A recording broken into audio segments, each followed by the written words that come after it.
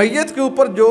آیات والی چادر ڈالی جاتی ہے برکت کے لیے، اس میں ایک احتیاط بہت لازمی ہے کہ وہ اس کے سر سے لے کے اس کے پاؤں تک آیات لکھی ہوتی ہیں۔ آیت الکرسی آپ نے لی، اللہ لا الہ الا هو الحی القیوم، جہاں سے شروع ہوئی، چہرے سے شروع ہوئی، وہ پاؤں تک لکھی ہوئی۔ دوستان گرامی، اس میں احتیاط کی اشد ضرورت ہے۔ کوشش یہ کریں کہ آیات والی چادر وہ میت کے سینے تک آئے، اس کے پاؤں کی طرف، اس کی شرمگاہ کی طرف آیات والی چادر نہ ڈالیں۔ ہاں ویسے اس کے اوپر کوئی کڑھائی بنی یا کوئی پھول وغیرہ بنے ہوئے ہیں تو بے شک آپ ڈال لیں۔ اگر آپ کو ایسی چادر میسر نہیں آ رہی تو مہربانی کریں اس کو تھوڑا سا فولڈ کر لیں، ٹھپ لیں اور اس کو اتنی جگہ پہ رکھیں جو اس کے سینے تک آ جائے، ٹھیک ہے؟ اس کے پاؤں کے اوپر اور اس کے جو ہے نا وہ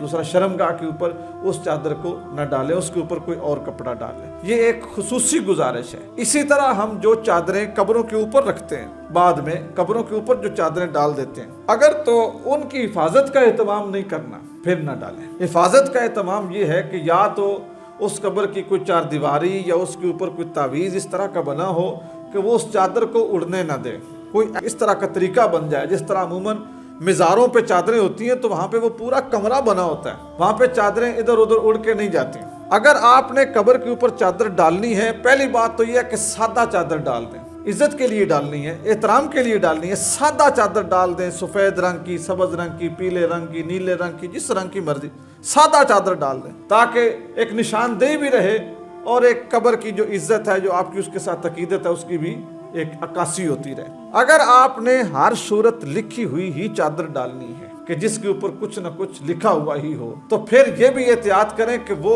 اس چادر کے اوپر جو آیات قرآنیہ لکھی ہوئی ہیں نا، وہ بھی اس میت کی پاؤں کی طرف نہ آئیں، ایک احتیاط۔ دوسری احتیاط یہ کہ پھر اس کا یہ بھی اہتمام ہو کہ وہ چادر کہیں تمہارے ڈالنے کے بعد اڑ کے ادھر ادھر کہیں وہ گندی نالی میں یا کسی مطلب کھتان میں یا ایسے رستے پہ جہاں سے لوگ اوپر سے گزرتے ہیں وہاں پہ نہ گرے کہ اس کی بے حرمتی نہ ہو۔ اگر آپ میری بات کو کچھ اہمیت دیں تو سب سے بہترین اور سب سے آسان طریقہ یہ ہے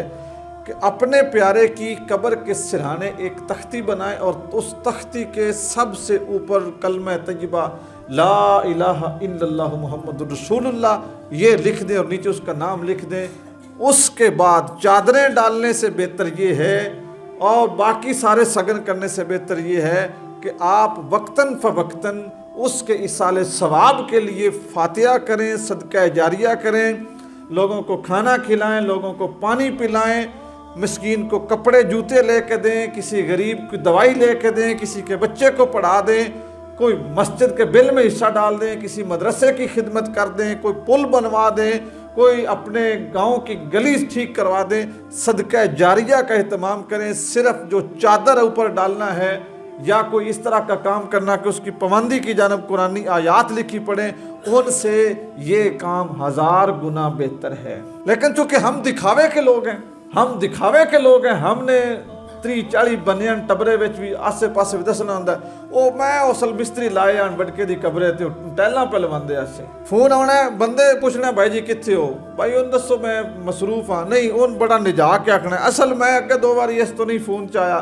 ماں چاچے رہن دی قبرے تے واس مستری لائے آن او ٹیلاں شلاں پہ لوانے آ تے او روز بتیری ہے تے او میں آکھیا ایک واری ہو جاوے تے انج ہو جاوے، او میں آکھیا او انج کر لویو انج ہونا ہے او آ ہونا ہے۔ صرف اے جڑی چس ہے نا، اس چس واسطے اسی اپنے دین نو پیچھے رکھ دیں۔ قبر کے باہر آپ جتنی مرضی ٹائلیں لگوا لیں، کوئی سنگ مرمر سے بھی اوپر ہے، کوئی مرجان یاقوت لگا لیں، بہت قیمتی لگوا لیں، جو اندر لیٹا ہوا ہے نا اس کو فائدہ یا اس کے اپنے عملوں کا ہے یا اس کے لیے جو تم نے کوئی صدقہ جاریہ کوئی استغفار کیا اس کو فائدہ اس کا ہے، اس کو چینی پتھر کا کک فائدہ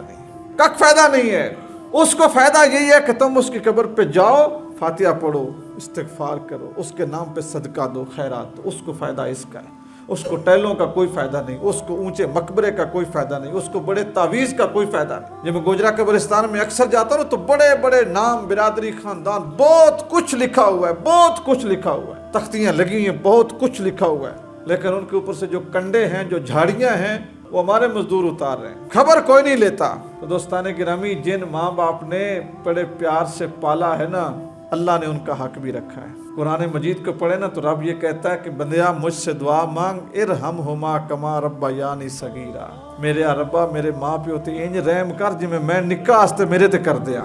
جس طرح میں چھوٹا تھا تو مجھ پہ کرتے تھے۔